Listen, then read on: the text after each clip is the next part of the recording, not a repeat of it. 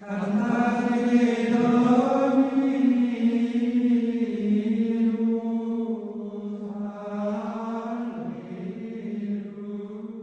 dear fathers, dear faithful, we'll try to give you a summary of what we had to go through these last year and a half.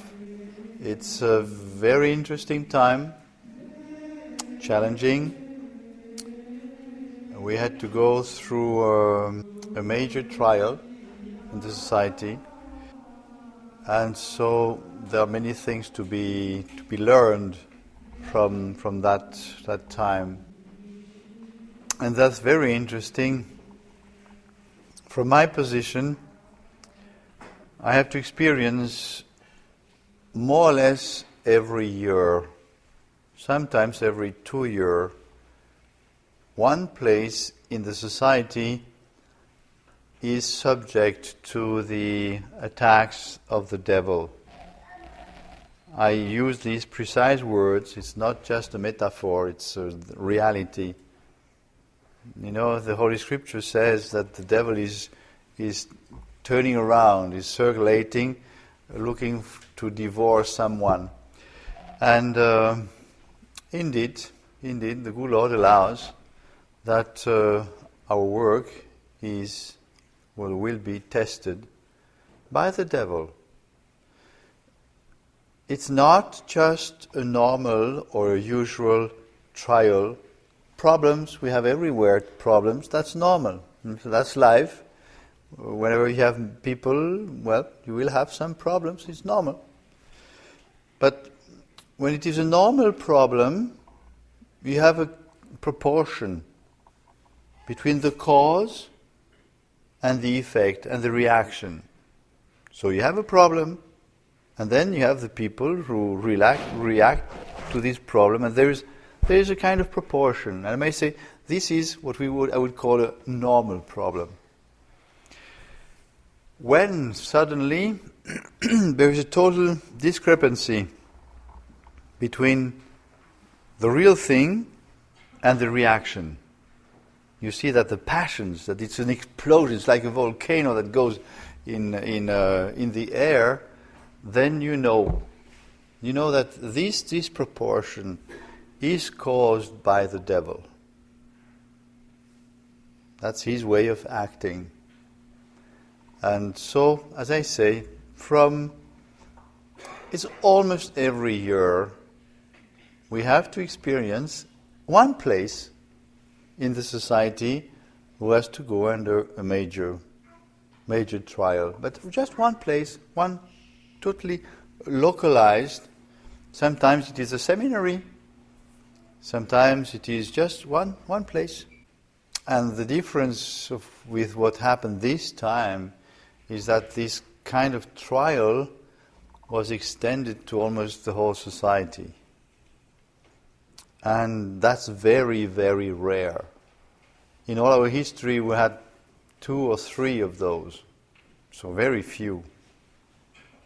But once again you see the same elements, that is, there is a real problem, but then the reaction is totally out of control.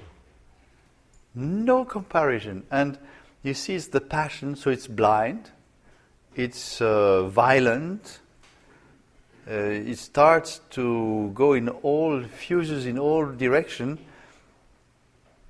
It's no longer the virtues who govern, but really the passion and sins and many kinds of trouble and a lot of confusion. I may say the element of that time was confusion. And it's interesting to reflect on this. Why was there confusion? The problem with this confusion is that some people have then lost the trust in the authority. And I may say that's a major problem. Because when you lose the trust to the authority, then you are left to yourself. Then you are alone to judge, and you can no longer rely on anybody. That's the great, great problem of distrust. That's what happened. Not everybody, of course, but certain parts of the society went into that kind of situation. And once again, if you go back and look at the real reality, there is no ground. There's no ground. So many, many things that were spread around in the internet during that time were just simply false. False, or even worse, the contrary of what really happened. If I look and try to see where does or did this confusion come from, you have several elements which did not help. The first, I may say probably the most deeper and the cause of all the others, is that we are experiencing since years a contradiction in Rome. I will try to develop that point because I think it's a major one. Since 2009, I am facing directly contradiction. That is, instances, authorities in Rome contradict themselves about us. The thing was so strong that in June I requested a meeting with the Secretary of State, with Cardinal Bertone, because of that. Well, he did not give it, but he asked me to see Cardinal Levada, and I told him, I want to see you because you people, you are contradicting yourself about us. Some of you say we are excommunicated, we are out of the church. Others say no, there is no problem, we are totally in order. It's a whole mixture there, and we no longer know how to react with you, what to do with you because of this. I will just give you two examples. One, it was in 2009. It was just before Easter. In beginning of March, no, even beginning of February already, the Secretariat of State issued a statement saying the society does not exist. And if the society wants to be recognized by the Church, it's necessary that they accept totally everything, the Council and all the teaching of all the popes since John the 23rd till the present. So no recognition of the society until they accept everything, all the novelties. 2 weeks before Easter, we have a ceremony of ordination. It's called Sitientes. And this year, Rome did not want us to have them. They first started with Germany. In fact, it was the bishops in Germany who made the pressure. And so 1 week before the ordination, Cardinal Castrillon is asking me not to have them. First in Germany, he said it in a very kind way. He said, you would do a favor to the Pope if you do not do them, because there is pressure from the German bishops and so on. It was about Germany, not about the other places. So I talked with all the 4 bishops, and we agreed to make a sign, to make a gesture, but not to compromise. And so we said, okay, we're not going to have this ordination in Germany. But the subdeacons who should be ordained that day, they will be ordained. They will be ordained in Écorne. And so 2 days before the ordination in Écorne, Cardinal Castrillon calls me again. And he said, you cannot have this ordination, it's impossible, you are against the Pope, and so on. And then he said, here is what you have to do. You ask the Pope for the permission, and I guarantee you, almost immediately you will receive the permission, and up to the time of Easter, that is in these 2 weeks, the society will be recognized. And I told him, how so? There is this declaration from Rome which says we cannot be recognized until we recognize accept the council, and you know very well what you think about the council. It's not going to happen. He answered, well, this text is only a political text, it is only an administrative, and by the way, that's not what the Pope thinks. So what shall I do now? I have an official statement which says nothing with the society. I have a cardinal who says, well, that's not what the Pope thinks. You see, it's an example of this contradiction. Another one, 2010. We are in the discussions with Rome, and they treat us, I may say, as Catholics. Bishop de Galarreta and the priest, they say the Mass in St. Peter in the morning. They celebrate the Mass in St. Peter, no problem. In September, a priest is joining us from the Novus Ordo, and he was a religious, and his superior sent a letter to this priest with a letter from the congregation of the religious in Rome, who said the following: this father is excommunicated. He's excommunicated because he lost the faith by joining the schism of Archbishop Lefebvre. So I went down to Rome and said to Monsignor Pozzo, what's that? He told me, we have already spoken with this, we have told to the congregation of the religion, they don't have the right to say so, it's wrong, they are not competent, so they have to revise their judgment. And he made the sign in front of me, that's what you have to do with this letter. So you just in the basket. So you have one instance in Rome who tells me to treat an official document from Rome this way. That's what I call also contradiction.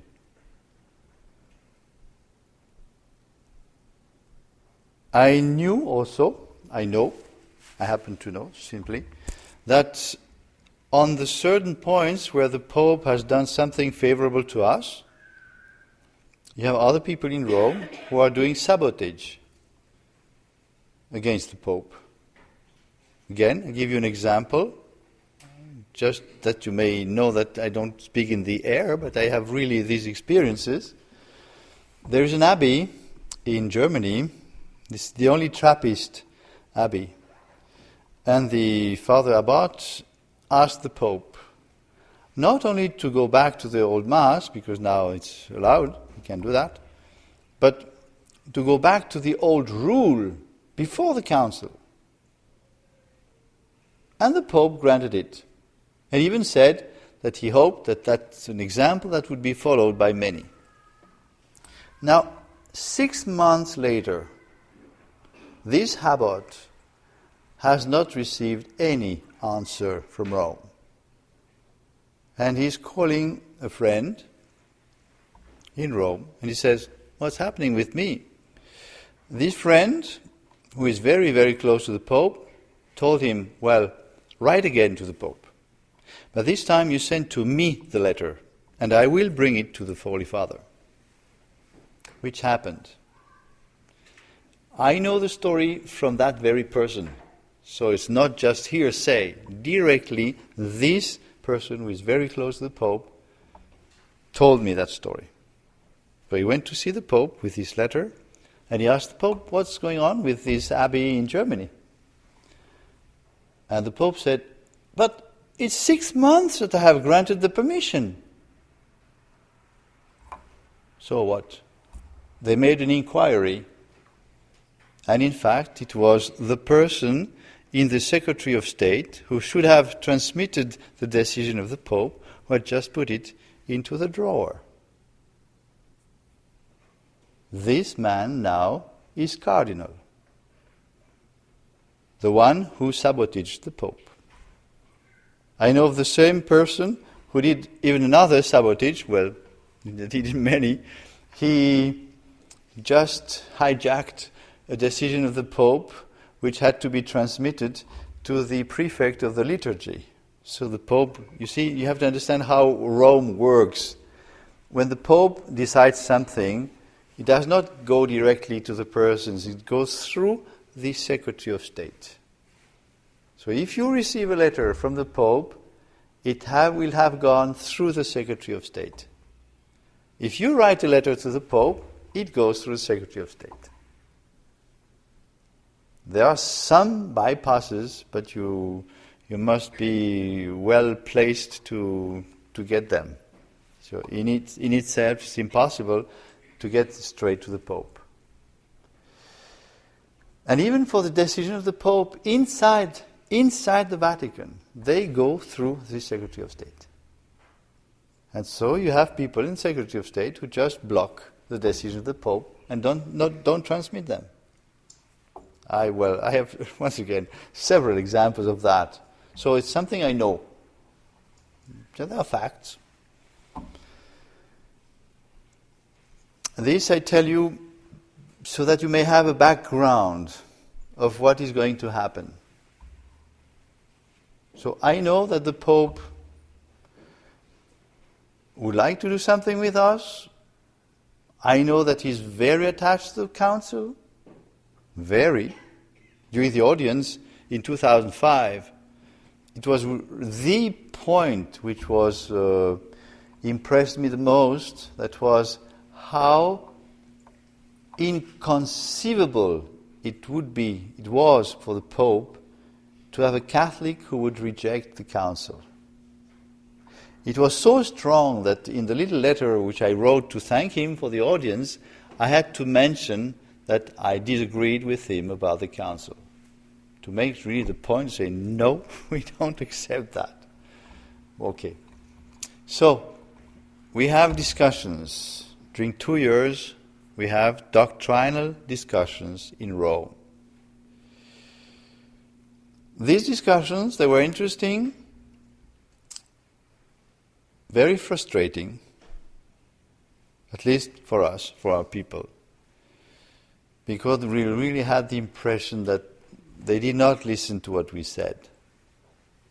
They had just to defend the house, and that's it. And the end of the discussions were pretty hot, because they told us, you are Protestants. And we answered them, you are modernists. That's the way the discussions finished. As a matter of joke, I said, well, we came to one point of agreement with Rome, and that is that there is no point where we agree. Just to say. And so they know that. And Cardinal Levada is inviting me, it is in June, he's inviting me for a meeting in September, 14th of September. And he says, to evaluate, for an evaluation of the discussions. And he adds, and also to evoke some perspective for the future. But clearly, the main topic will be the discussions, an evaluation on the discussions. So we arrived there. About the discussions, they said, well, maybe it took 3 minutes, maybe 5, but it was very, very short. What did they say about the discussions? They said, the discussions, they have reached the aim. The purpose was fulfilled, which was for you to expose clearly your position. That's it. Is it good? Is it bad? Nothing. Just you were able to explain, to expose how you think. That's all. And then proposal. Rome is going to give you canonical status, and you sign this declaration. The name was Preamble. And what is in this preamble? More or less every point which we would disagree, we had to accept. There was something in our direction, or maybe two things. One was to say there is a legitimate discussion on certain points which make difficulty on the Council. So there was an opening on discussing difficult points. And another one which would say, I may say that's the most tricky one. The most tricky. And really tricky. Because it says, on the points which are difficult, which make difficulty in the Council, we follow the following principle. These difficult or confusing points must be understood, interpreted, in coherence with all the teaching of the Church throughout the ages. So you must understand them as the Church has always taught. And we reject any kind of explanation which is opposed to what the Church has always taught. You know, that's what we have always said. That's what Archbishop Lefebvre has said, always. We say what is clearly traditional in the Council, well, we accept. We have no way to reject that. What is doubtful, we understand it the way the Church has always taught it, and what is opposed, we reject. So when you read that, you say, but that's what we said. Well, there was a little phrase which was added to it. And the little phrase said, as we find it, so we have to interpret, to understand the things as the Church has always done and so on, as it is done in the New Catechism of the Church. Now there is a little problem there, because the Catechism, the New Catechism, is precisely accepting all the novelties of the Council. And that's what we oppose. So in other words, they pretend now to do things as we do, and they do the contrary. Big problem. And so from the start, this text we could not accept. And that's what I told Rome. Can't accept. I told it even 2 times. First, the first time I tried to remain broad, because my aim was to demolish the frame which they were trying to impose to us. This frame is called the hermeneutic of the continuity. That means that we have to interpret or to understand, or they pretend that the Council is in the line of tradition. And that's the only way you have to understand the Council, in the light, not only in the light, but to say that the Council is traditional. And we say, no, that's not true. We say that we should read, should understand anything that comes from Rome in the light of tradition. It's the only Catholic way.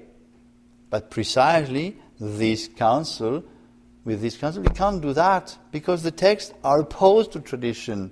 They're contrary. What they say in the council has been condemned before. Especially religious liberty, but also ecumenism, for example, is very clearly the contrary. And so we say, no, it doesn't work. Doesn't work. But I did not want to go into the details. I just wanted to explode the frame, because I said if I go into the details, they will change the details, but they will try to keep the frame. So I said no, doesn't work. They were not happy with it, and they called me and they asked if I could not be more precise. I said okay, I will do that. And so I sent a second answer. It was not that I would correct the first. No. It was exactly the same answer, but more precise according to their text. So I sent to Rome a double no. Things seem clear, no? Well, the problem, the big problem I was facing at that time is the following. Even before the 14th of September, I got messages from people who are working in Rome and which are friendly with us. People who have even their fingers have been burned because they were too close to us. And they work in Rome, and they are our friends. And these people told me, the Pope is going to recognize the society, and he's going to do that the same way he did with the excommunication. That is, without anything from your side. Pope does it, done. And I got several of these messages from several different persons whom, let's say, authenticity I cannot put in doubt. For example, one of those was a person working in Ecclesia Dei, those who are dealing with us.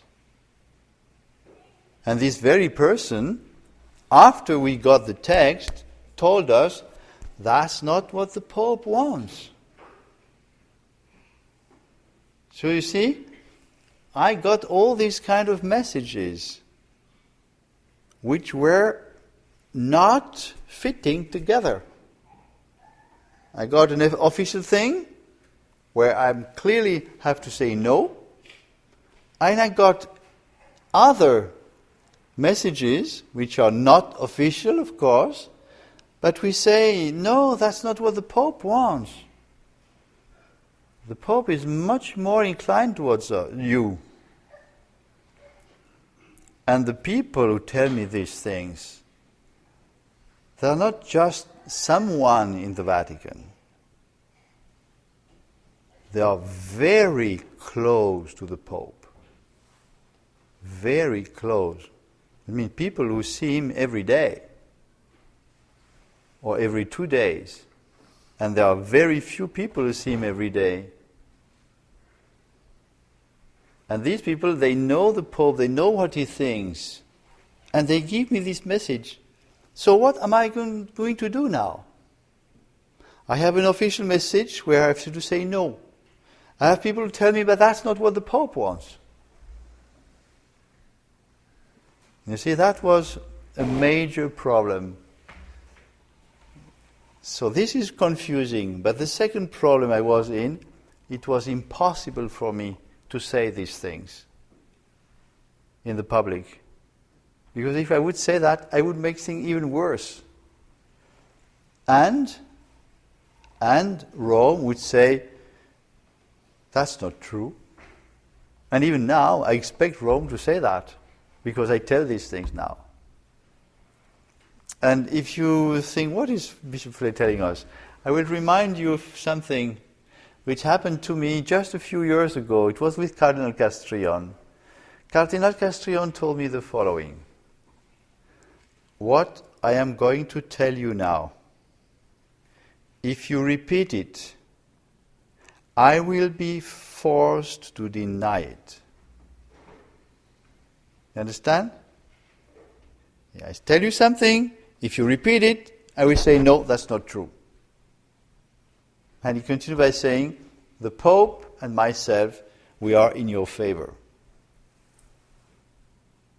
But if he tells us that he's going to say the contrary, what can I do with it? Nothing. And just to remind you, that's exactly what happened with Archbishop Lefebvre during his audience with the Pope Paul VI. Paul VI said to Archbishop Lefebvre, you oblige your seminarians to make an oath against me. And when Archbishop Lefebvre said that in the public, Rome made a statement saying, that's not true. The Pope never said that to Archbishop Lefebvre. You see how complicated it is? So it's messy, and you can't even say it. And if you try to say it, you make it even more messy. So that was, let's say, a part of the problem. Add to this, as people did not know what is happening, they try to invent. And with the internet, wow, you have these things who go everywhere, and the most wrong, right, false, true, everything mixed, impossible to make it, to correct it, and that was circulating in every places. People would say, Bishop Fellay told us this, Bishop Fellay said that and that, which were not true. Once again, I give you an example, just that you may, as you say, touch a little bit of these things. It was said on the internet, Bishop Fellay told to a priest of the society in Austria that in the agreement with Rome, every chapel which has less than 3 years of existence must be demolished. That's what the claim which you find in the internet. Now, the reality, what I really said to this priest, I said to them this. I tried to explain in our discussion with Rome. Rome told us we will recognize all the places, everything, every place where you say the Mass, we will recognize it as a Catholic chapel. And I told them, oh fine, that's great, but I think we have one or two problems. For example, we have places, we rent a motel room to say the Mass once every 2 weeks. You are not going to recognize and to declare now this room of the motel a Catholic chapel. So what are you going to do with this? And so they reflect and say, okay, we could use the lunga data. It's a technical term. It means we will say every place where the Mass has been celebrated since 3 years. This place has a right to have a solid chapel. So if it, even from the time being it's not, you have the right to establish a chapel there. So that's what I told the priest. And you see, what came out in the internet is exactly the contrary. It's crazy. Madness. But that's an example of this, let's say, problem I was facing. Now, to show you that it was really serious. The messages I got, they were very serious, very precise. And well, I did not give you the names, but I give you one position. It is the secretary of the Pope himself. Closer to the Pope you cannot have, who gave us these kind of messages. Example, Bishop Fellay must not fear. Once the agreement is done, he will be able to continue to attack everything as he does now. Attack all the errors, inside, outside, doesn't matter. Another one, if the congregation of the faith is ruling against the society, the Pope is above the congregation of the faith, and he will overrule it in favor of the society. Or other things like the Pope gave me a message. You must know that to solve the problem of the society is at the heart of the preoccupation of my pontificate. So something very, very important for the Pope to solve the problem. To solve the problem means to recognize the society as Catholic. And I know that the Pope knows that we oppose the Council. So how do we reconcile all these pieces? Well, the situation came to a peak a little bit later in March. In March, I will receive the answer from the Congregation of the Faith to my double no. I said no to them. And so I am called again to Rome by the Cardinal Levada, and the 16th of March he gives me a letter. And he said this letter has been approved by the Pope. Now I tell you, this letter, if I would have only this letter, would mean the end of our relation with Rome. Because this letter says, you do not have the right to oppose what the Church has taught yesterday with what she's teaching today. You cannot say that there are errors in the Council. And more, if you refuse the proposal of the 14th of September, which has been explicitly approved by the Pope, this means that in the facts you reject the authority of the Pope. And hence, there is a reference to the canon law, which, they say, the words you don't find in the letter, but the reference, yes, and this reference says, you are schismatic and you are excommunicated. And the letter continues by saying, but the Pope, in his goodness, he wants to leave you 1 more month to think about it. And if during this month you change your position, please let us know. That's the letter. Clear letter. I was, so to say, thankful to the good Lord, because now I had something clear in my hands. This clarity did not last long.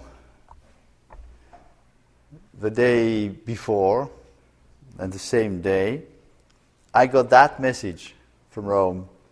Well, you're going to receive a very hard letter, but be cool. No panic. And 2 days after, the message was, the only thing you have to do with this letter is to put it into the archives. In other words, don't give to it any credit, any attention. Imagine, when I got that message, I said, that's crazy. And someone did report that to Rome, and the person who got that message in Rome, with a little smile, said, yes, that's crazy. It's so solemn, you know, from Rome, this authority who says, I speak in the name of the Holy Father. If you disobey, it's finished, done, too. At the same time, well, don't give any attention to that letter. It's unbelievable. How you want me to tell these things outside?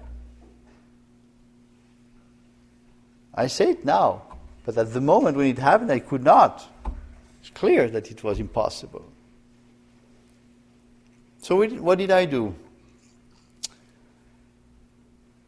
I did something you, in such a case, shouldn't be able to do. I shortcutted the Congregation of the Faith.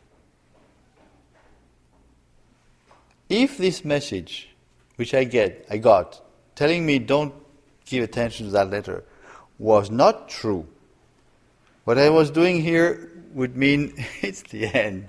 It's boom, the big explosion.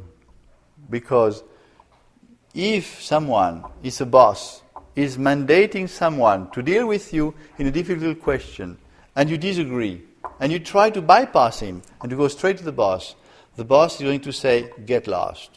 He's going to say, you have to go through the man I've given you. If you don't do that, you demolish his authority. And so I shortcutted the Congregation of Faith, and I wrote a new letter, something new, to the Pope. What I tried to do was something very delicate. I saw in the discussion of the 16th of March that in fact if Rome was so hard against us, it was because they thought that we really reject absolutely everything since 62.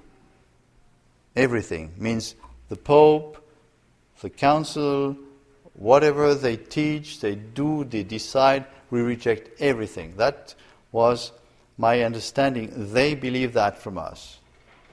But that's not true. When we say that we accept the Pope as Pope and we pray for him, that's something real. It's not just a nice word in the air. And so I tried to write a letter in which, first, announcing the principles of the faith and the magisterium, I tried to show them that in fact, even in the Council there are some things which we accept. But it is a very delicate, because there are things we accept, something we reject. And so to make this balance was very delicate. Anyway, after, how much? 2 weeks, I got the message from the Pope, now send this same letter to the Congregation of the Faith, which means that he would have accepted it. And that's why at that moment you had the newspapers who said, well, there will be an agreement now, it's about to be an agreement, and so on, which has never been true. Why? Because, first, this text, which seemed to be more or less accepted, finally will not be accepted. That's the first point. And secondly, much more important, I have always, from the start, said to Rome, we are glad to be recognized by the Church, but there is one condition. And this condition is that we are accepted as we are. And to be accepted as we are means that we continue to do what we do. That we continue to learn or to teach what we do. That we continue to attack what is wrong, the errors. That we continue to have our liturgy, the old way. And I said that's a condition. Well, I just quoted Archbishop Lefebvre, in fact, because he's the one who said that, and I just gave the quote. Condition sine qua non of a recognition by Rome. And so, at that moment, when I hear the Pope seems to be satisfied with my letter, I wanted absolutely to verify the second point, which was for me more important. Are we or not allowed to continue to attack? And I made an extra trip to Rome to verify that. It was in May. And during this meeting, I saw that the Congregation of the Faith, in fact, they wanted to correct my text. And so I sent a letter to the Pope and to Cardinal Levada saying, you change one word, finished. Now you have the meeting of the cardinals who study my text. Cardinal Levada at the beginning and at the end of the meeting will say, we don't touch the text. You have the cardinals who express themselves. You have a vote. The vote is one abstention and all the others in favor of the text. And nevertheless, when I get the text in my hands, it is changed. And all the things I had kicked out because I cannot accept them, they put in again. What happened? What happened is simple. As I was not happy with the answers they gave us when I said, can we continue to attack? I made a test. I published an interview in Dici. It was the beginning of June. And there I speak about the errors of Vatican II. And I speak about, let's say, how bad the new Mass is. And they used that. They went to see the Pope with this interview. And with this, they made the changes in the text. I know that precisely for two reasons. And the second reason is that when I was called to Rome on the 13th of June, they had my interview in their hands. And they said, you cannot say that there are errors in the Council. You cannot say that the new Mass is bad. And I also know that Lombardy brought the text to the Pope. And that they had the whole Friday afternoon from the Congregation of the Faith with the Pope, and they discussed that. So that's why when on the 13th of June I receive this corrected text, I don't need 1 minute of reflection. And on the spot I say, I'm not signing that.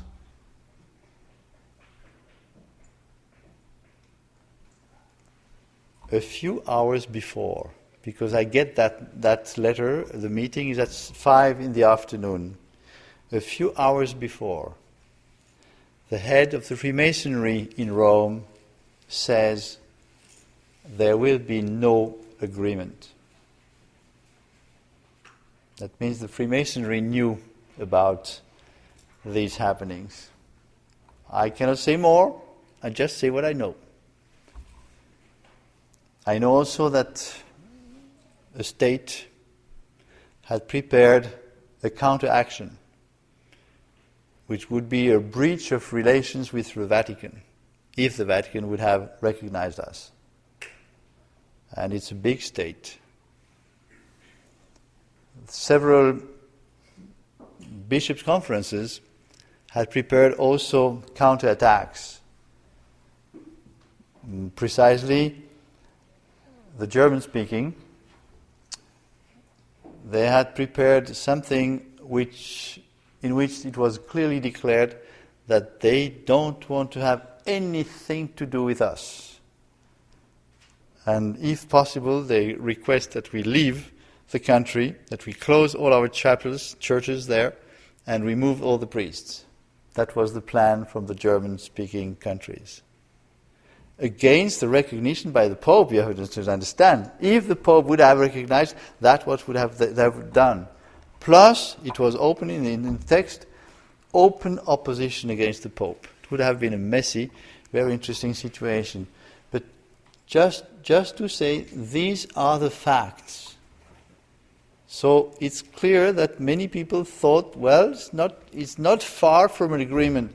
But in reality, it has never been so far. Because once again, the text is one thing, this condition sine qua non is another one, and the third is the canonical situation. Because once again, for us, we cannot be in any kind of situation. We cannot be in the hands of the bishops. It's impossible. We see with the Society of St. Peter, Christ the King, and so on, what happens to them. And I say that's one of the major problems for them.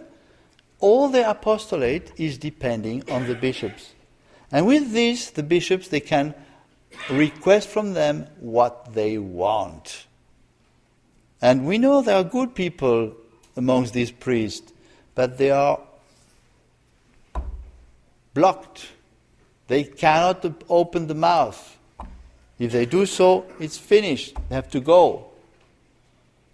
That's why it's one of our first major requirements that we will have our own jurisdiction on the faithful. And amazingly, this point has been granted. Which means that our apostolate would be independent from the bishops. That's why, in the conditions which we have posed during the chapter, you find this point in the less important. It's one of the major, but as we already got it, we did not emphasize it, because we already have it, you see? It does not mean that it is less important. No, it's very important. Major. If we don't have it, no way to go in. What else? I may say, here you already have the major points, the major line of what happened. It's not everything. There is something more confusing, which is, and that's a point which was for me from the start, what does really the Pope want? If he says that he wants to recognize us, he cannot at the same time request from us the impossible. And we definitely are opposed to these errors which we find in the Council. And we are not going to say it's okay. No. I concluded, and also, let's say with all these people who were talking to me, that most probably the Pope was ready to downgrade, at least a little bit, the Council. To say, yes, it is true, the Council is not infallible, so you may discuss about these difficult points, as it seems that they said. And so when I got this letter, this new proposal from the 13th of June, I wrote a new letter to the Pope where I said that. I said, knowing, you know that we are opposed to the Council, and nevertheless that you want to recognize us, I had to conclude that you were ready to put aside the problem. And I gave a historical example, because it would not be the first time that would have happened in the Church. I gave the example what happened in the decree of union with the Greek in the Council of Florence. In the Council of Florence, that is the Middle Ages, well, the late Middle Ages, would say Renaissance, you had documents where the Church did really manage to reunite the Greek, the Orthodox, and the Armenians. They did. You have the decree, they are signed. What happened then is when the people came back to the east, to Constantinople, to Russia, they were kicked out. And so the people refused what these patriarchs had signed. But they did. And there is one point which is very interesting with the Greek Orthodox. There was one point where they were not able to come in agreement. And it was about the marriage. The Orthodox say that if a part is unfaithful in the marriage, this marriage can be annulled, can be broken. The Catholic Church say, no, you can't do that. But they were not able to find an agreement. So what did they do? They made an agreement dropping the case.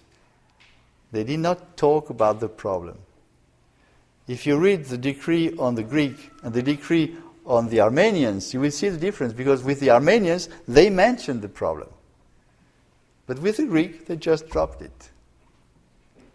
And so I mentioned the case, and maybe that's what you do. You just leave the problem on the side in order to go ahead. Say, well, maybe that's what you want. And then I continued, but now, as you put these things again, I have to conclude that I was mistaken. So I write him, please tell us what you really think, what you want. I also request an audience, but of course this was not granted. But I got a letter, an answer to that.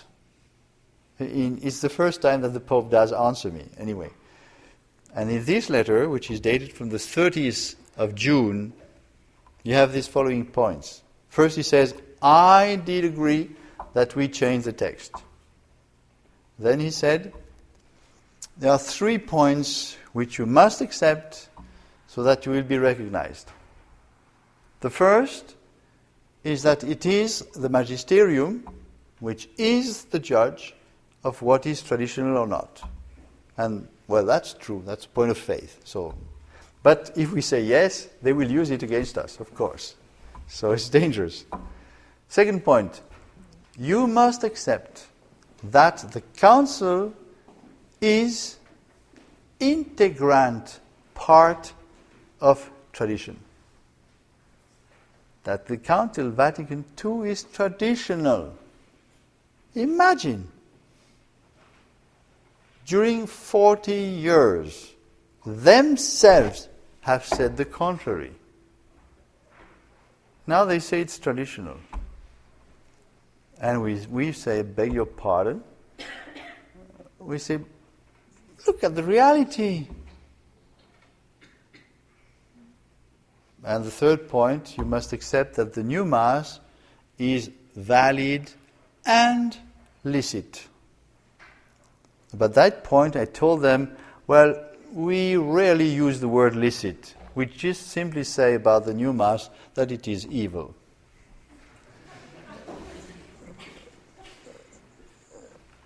And that's the situation. Let's say with this clarification, things are clear, but everything is blocked.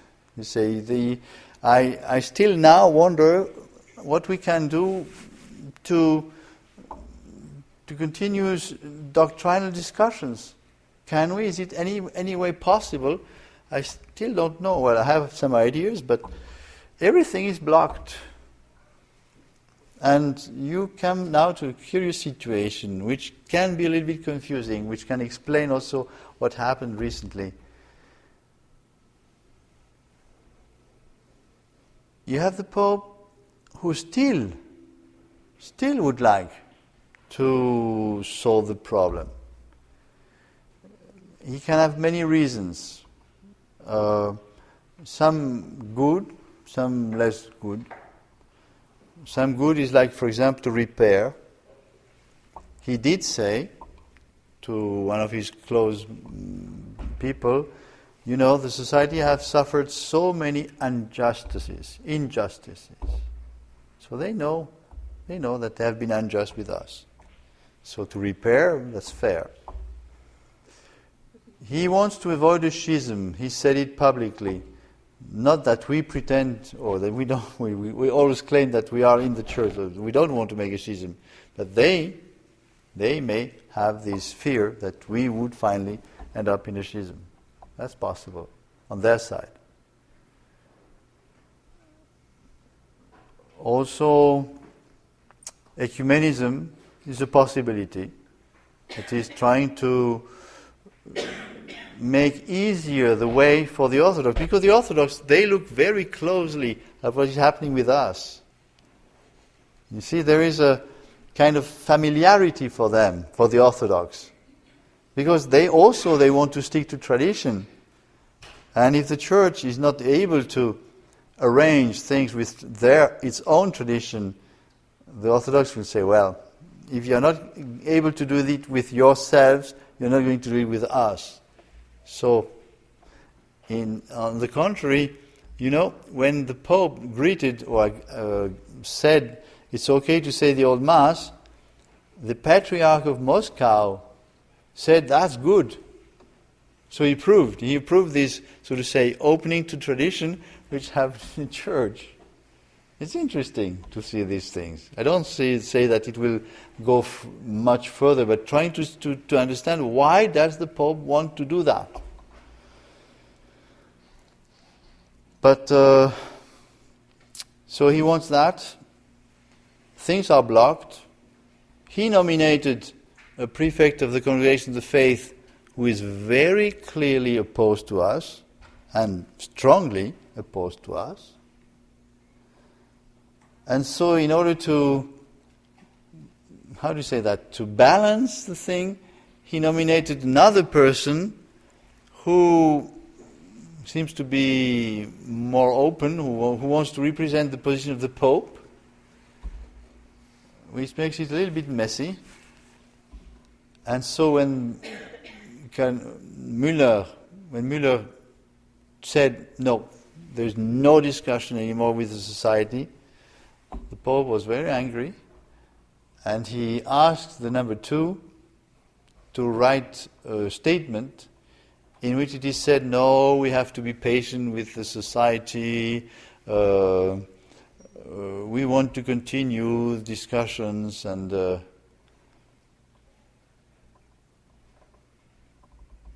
in fact, they know that if my answers are considered as official, then the progressists will make pressure on them and say, well, now you have the answers, so. But as they would like, they still hope to get to a solution, they say, no, it's not official. I sent 3 times my answer. I don't know why it would not be official. But just to relieve the pressure, they say, no, it's not official. I can write it the 4th time, there's no problem for me. It's really a curious situation, but we have to understand it does not mean that we have changed anything. No, we maintain our point. The problem is in Rome, not in us. And the problem is that you have the modernists who would like to finish the story of the society with a condemnation, and you have some people who still hope that we'll get to something. I frankly don't know how it would be possible.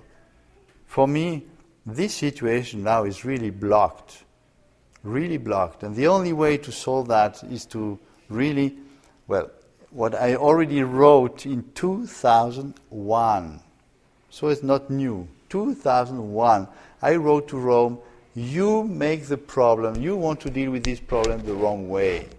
You have to change the status questionis. So that is, the status questionis is you explain the problem. You say, you deal this problem the wrong way. And why? Why do I say so? How did we get into this thing? How did you come here?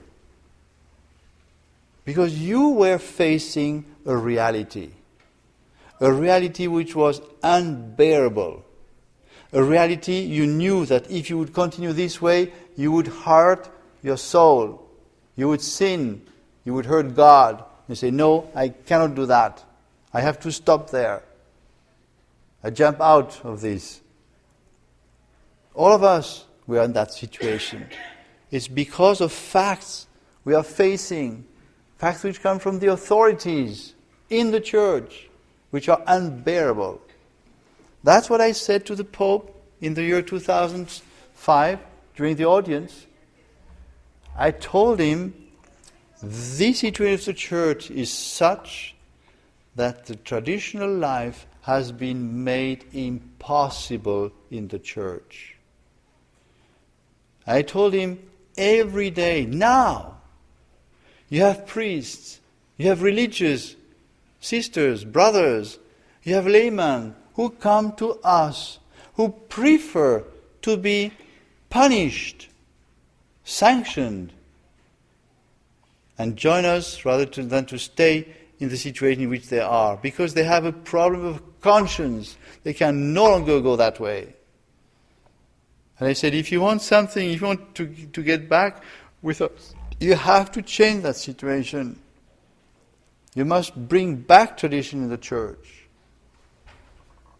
And that's what I repeat today. That's what I say. I say to them, you cannot, in the name of the faith, oblige us to deny the reality. You cannot say, because the church cannot say anything wrong, there is nothing wrong in the council. Because the church cannot do anything wrong, the new Mass is good. You say, look at the reality. It might be difficult to explain how this is possible, but the reality is there, and it's not lying. The new Mass is bad. The new Mass is leading the souls in losing the faith. into Protestantism. It's clear, it's a fact. I told them, look, this is this liturgy which is making that the priests lose the faith in the real presence. And so many. You know their answer to me? They did not question the fact that priests have lost the faith. Because it's true. I have two figures, recent. First, a long time ago, I tried to calculate and said, about 40% of the priests don't believe in the real presence. Now, last year, the Vicar General of the Diocese of Trier in Germany said 80% of the priests in the diocese no longer believe in the real presence. And also recently there was an inquiry in the Diocese of Sydney, in the northern part of Sydney, inquiry to the priests. But the priests were able to answer anonymously, so they did not give their name. 78% of the priests don't believe in the real presence. That's the reality. And I say to them that the cause is the new Mass. And they answer to me, no. It's because they have been badly trained. But in fact it's even worse. Because it means that their seminary was a tragedy. And which Mass do they have at the seminary which badly trained them? The new Mass. So you see, what is going to happen in the future now, I don't know. I say be ready. It can be, again, we know that, excommunication. Will it really happen or not? I think as long as the Pope is alive, I hardly believe it. But I really don't know. If they manage to convince him that we are really against the Council, could happen. I think it could happen. And I may say, well, in any case, that's the way they treat us in any case. Now. Already now, they treat us as excommunicated. That's the situation. So it doesn't change anything for us. So I say, don't fear. We know it. We know what it means. And I think that's not what is moving us. What is moving us is the salvation of the souls. We know that going the way the Church goes now, thousands and millions of souls get lost. And that's what we don't want. That's why we want the Church to come back to its tradition. And we know that one day it will happen. How? When? This is really not in our hands. We have to do our job, our duty. The rest is in the hands of God. Will it last long? Will it be short? I have some ideas, but they are pure opinion and perspective. What I see is that those who are really sticking to the Council are those who made it and those who implement it. That means the older generation. Those who are in power now. But what I see also is that they are not followed. The younger generation, they don't follow that way. And very interesting. I can understand that because they don't have this, affective relation. The Council for the younger generation is not their baby. The Council for them, it's something which happened in the last millennium. So way in the past. What they see, what they experience is a disastrous situation of the Church, a ruin. And they are not happy with that. They are frustrated. And so they try to look for something. And when they hear about tradition, they are very interested. And I see this already now. I can really tell you, we have priests in the modern who really are serious, really serious, and who want and who question the council.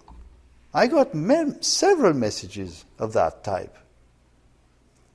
Even more amazing, I saw somewhere a reflection. It was an English pastor who said, "That's amazing, but about half of the new seminarians, they have a relation with the old Mass." And a French priest, modern, who said to him, "Well, you know, that's about the same in France." Well, in France, if you look at the situation now, this year, for example,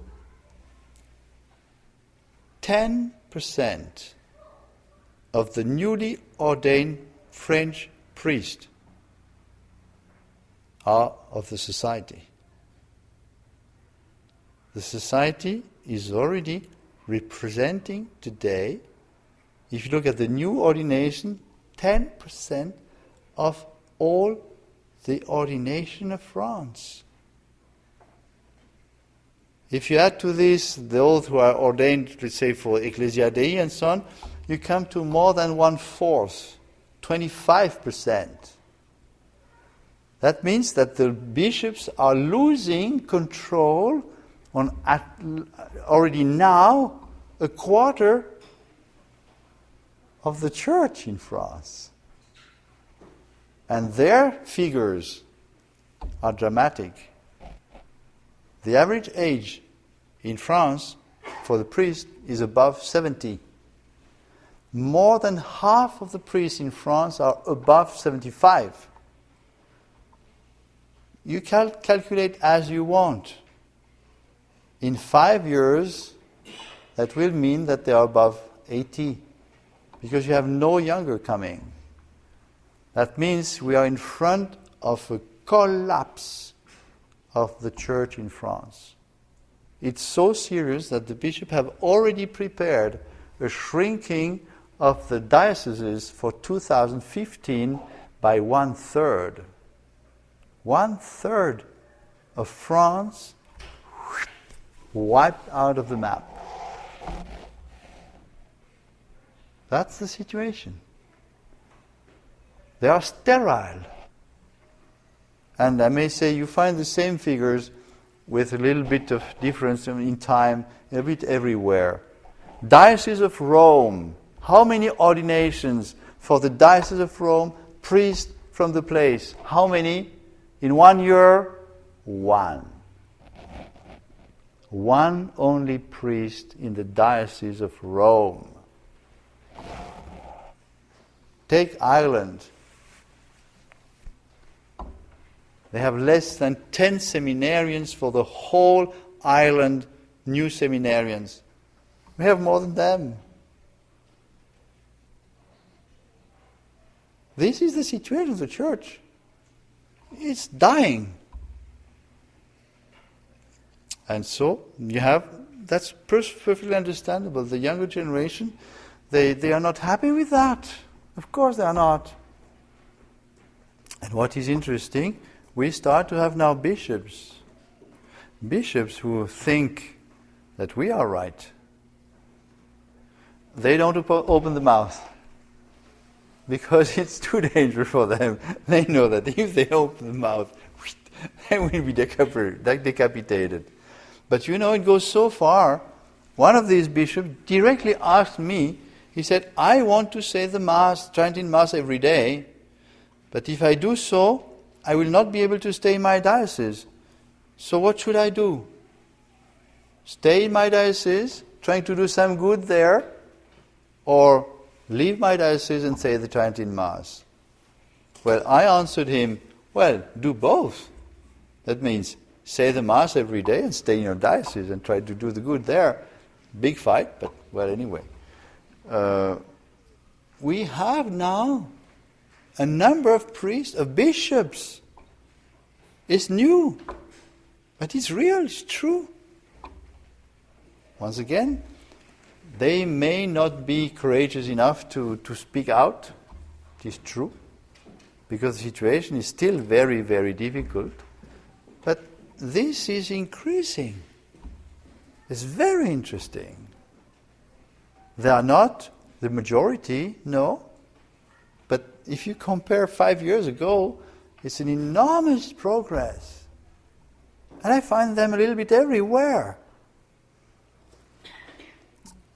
When Father Stelin gave a conference in Rome last autumn, 4 bishops asked him to preach the retreat for their priests in their diocese.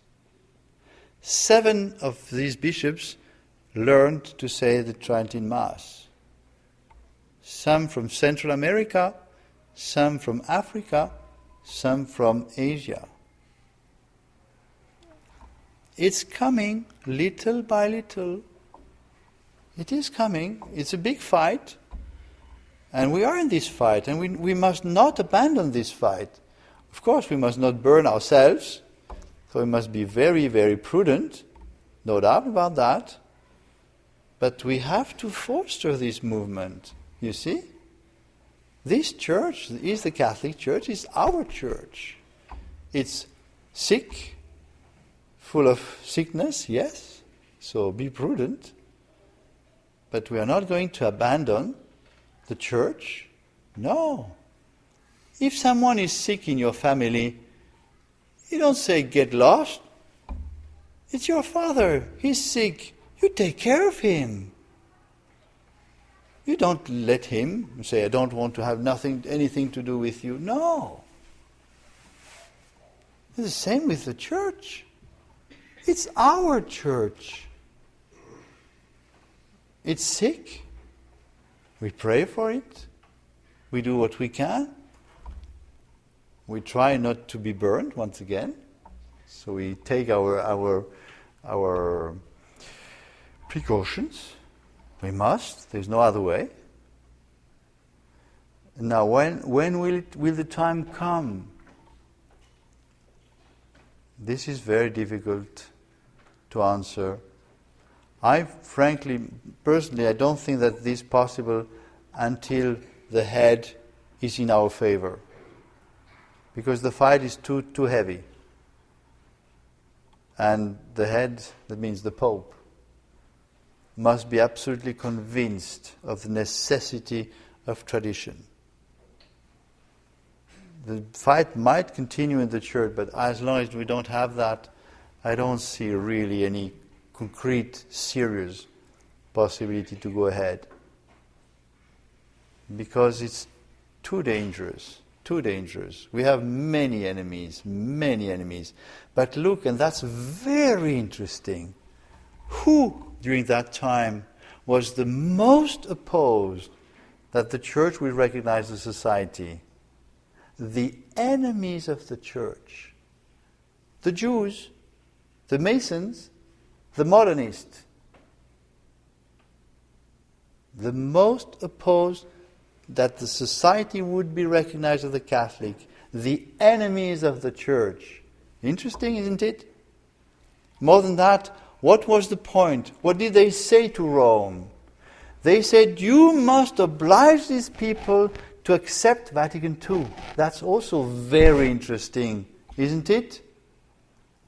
People from outside the church, who were clearly during centuries enemies of the church, say to Rome, if you want to accept these people, you must oblige them to accept the council. Isn't that interesting? Oh, it is. I think it's fantastic. Because it shows that Vatican II is their thing, not the churches. They see, the enemies of the church see their benefit in the council. Very interesting. So I may say that's the kind of argument we are going to use with Rome, trying to make them reflect.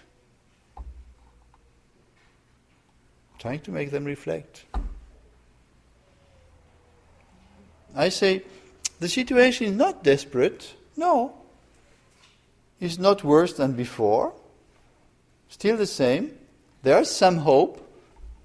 I don't think right for now, but for us, we just continue. This line, which has been so clearly given by Archbishop Lefebvre, which is so clear, this faithfulness to the past is so balanced and right. We see all these fruits. It's undeniable. So let's continue until better times. Now, how long will it last? I don't know. Some pretend that I said that I don't know, in 4 years, I don't know how many years, there will be an agreement. I have absolutely no idea. The only thing I say is,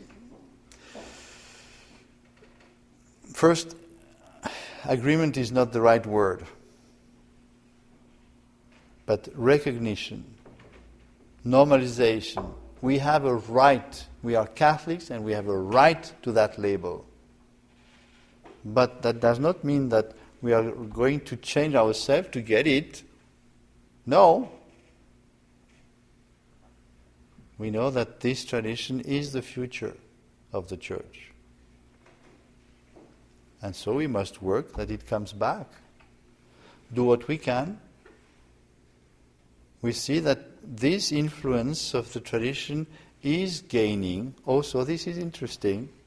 We are making our point little by little. An example, look at this year. They tried to celebrate the 50 years of the Council. Amazing to see how they feel obliged to justify themselves against our attacks. They didn't do that before. Now they feel obliged to justify. I'll give you another example, which is a little thing, but it can tell something. You know that just before he became a pope, Benedict XVI gave the communion to a Protestant, to Roger Schütz. It was at the funeral of John Paul II. Cardinal Ratzinger went and gave the communion to Roger Schütz of Thésée. Now, he said a little bit later on, he said to his people who are close to him, what were his thoughts while he was giving the communion. And you know what? What was he thinking about when he was giving this communion to this Roger Schütz? He said to them, to his close people, I thought, what's the society going to say? So you see, we are in his mind, we are his conscience, his bad conscience. It's very interesting to see that. Because it shows that, let's say, we are there, we are gaining in influence there. Does not mean that everything is fine. You probably heard these very last days, now they have decided to make Paul VI a blessed, to work for the beatification of Paul VI. That's unbelievable. Well, again, we protest against that.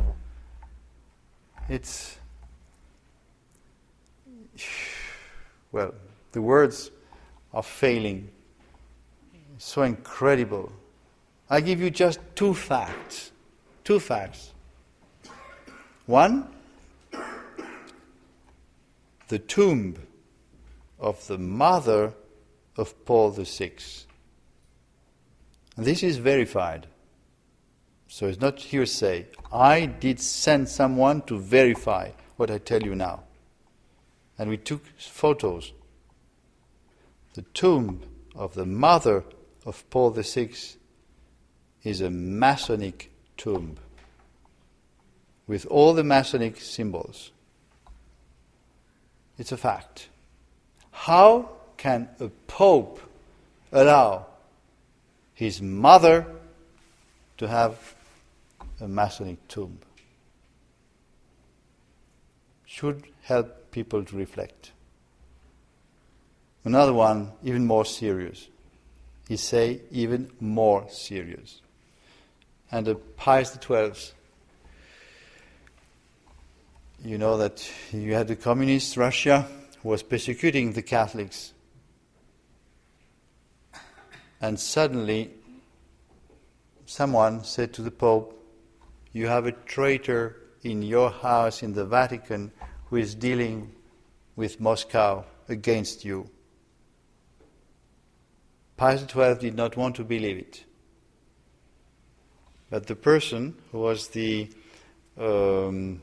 Lutheran bishop of Helsinki gave the proof, provided the proof to Pius XII. These proofs were brought to the Pope by, I may say, a secret agent. He was a French military. And this is all documented. It's not hearsay. And so the Pope got the proof that the traitor was the future Paul VI. And when he knew that, he kicked him out of the Vatican and he made him the Bishop of Milan. And from there, we got Paul VI after John the 23rd. And now they want to make him a blessed. Really, you think, but they have lost, I don't know, a lot of their mind. It's incredible, incredible. My impression is that they try to canonize, to beatify all the popes who have brought in all these novelties. Why? Because they know that they are at the end of their thing. And they want to make like a monument that will stay in the ages by canonizing all these things. Now that's my impression. Maybe I'm wrong, but that's my impression once again. Why insisting in making all of them, John the 23rd, Paul VI, John Paul II, all blessed? Why that? If you start like that, you can make saint everybody. It's really, they change the meaning of holiness. John Paul II explained that. He said, I want to make so many saints to show that the vocation to holiness is universal. That means everybody is called to be a saint. Can be understood correctly. But if you start to make everybody a saint, to canonize everybody, there's something wrong somewhere. Well, just to show you that things are not well, let's say, if there is some hope somewhere, I am not optimistic on the situation. If you want another example, will we finish with this? An image of what kind of time do we have or are we in? At a certain moment, towards the end of winter, you see on the trees new buds. They just come out. It's a little thing there. When you see that, you know spring will come. But if you start to say spring is there, the people will tell you, hey, come on, it's winter, it's freezing, it's snowing, it's icy, it's windy. Don't say it's spring, it's not true, it's winter. And they say both are right. It's still winter. And then I say, if we look at the situation of the church, it is still winter. But we start to see these little signs which indicate that spring is coming. And now you have a very, very delicate moment. These buds, at a certain time, they have to come out. If they come out too quickly, they might be frozen. And the new flowers will be demolished. That's why we have to be very, very prudent before having these buds come out. But I may say that's precisely where we are now, in that very delicate time between winter and spring. There is hope for the church, no doubt. But don't be too optimistic neither. And we must keep this very prudent balance, trying to make things go forward, at the same time not pushing ourselves in it too far away and burning ourselves or killing ourselves. And so people who fear, I understand them and say, but we're not going there. No, we are not. We don't want to demolish what we have done during 40 years. That will be crazy. So we want to be, and we are certainly prudent. We're not going to throw ourselves in impossible situation. But we're still in the fight, that's all. And continue to pray, to pray the Blessed Virgin Mary, pray the Rosary. It remains one of our main weapons. And of course, to continue to defend the faith. Not change. We have nothing to change. The faith is above time. What was true is true and will be true. We don't need to change anything there. And, well, one day the good Lord will put again order in His church. We must not forget that. It's His church. And He remains the boss. Our Lord is the boss. He is in control. This sometimes we forget. There is nothing happening on the earth that would be out of control. Our Lord dared to say there is not one hair which is falling from our head without His permission. Not one hair. So there is nothing happening on the earth, nothing evil which could happen without the permission of God. God is the master. You may wonder, but why does He allow all these things? Well, He knows. He knows better than we why He does that. But what we must remember is that He did put us in that situation. And God, whenever He allows a temptation, a trial to happen, He provides the grace we need to face that situation, to win, to go through it, and not to fail. Remember that. We are in a difficult situation. Yes, it is true.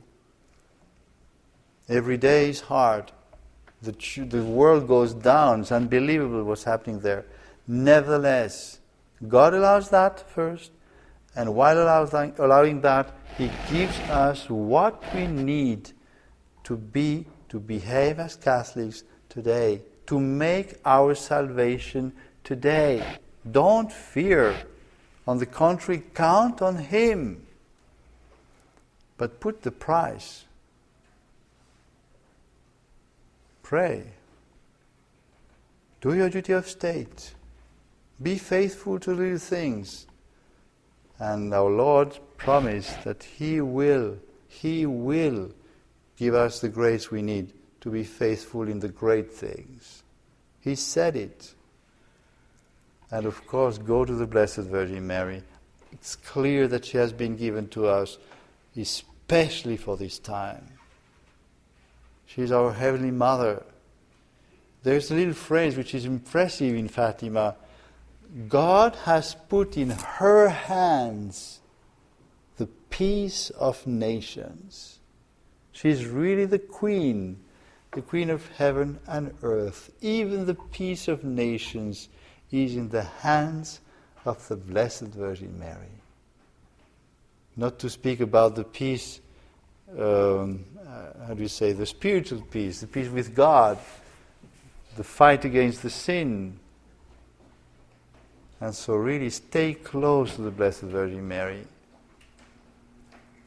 And this time I promise I finish we will consecrate, we want to consecrate our society to Saint Joseph. Why? Because Saint Joseph is the patron of the Church. He's the protector of the Church. And remember in Fatima, that's also something very interesting. On the 13th of October, the Blessed Virgin Mary announced the miracle of the sun, and she said that she would come to bless the earth with her Son and with Saint Joseph. Saint Joseph was there with the child Jesus, blessing the earth when you had the miracle of the sun. So you have the Blessed Virgin Mary, you have the Immaculate Heart of Mary. Yes, that's the first part or the essential of the message of Fatima. But you also have Saint Joseph. And so as he's the patron, the protector of the Church, and as this time is so hard, we want to consecrate the society and, of course, all of you, all of us, to Saint Joseph. And so this consecration will happen on the 19th of March, which is the feast of Saint Joseph. And so I invite all of you to prepare that date, to prepare that consecration. We will, of course, provide with the necessary document for that great event. And so, well, in conclusion, the fight continues. I may say nothing new, just the fight continues as ever before. And so let's finish by entrusting ourselves to the Blessed Virgin Mary, and I will give you the blessing. Salve Regina.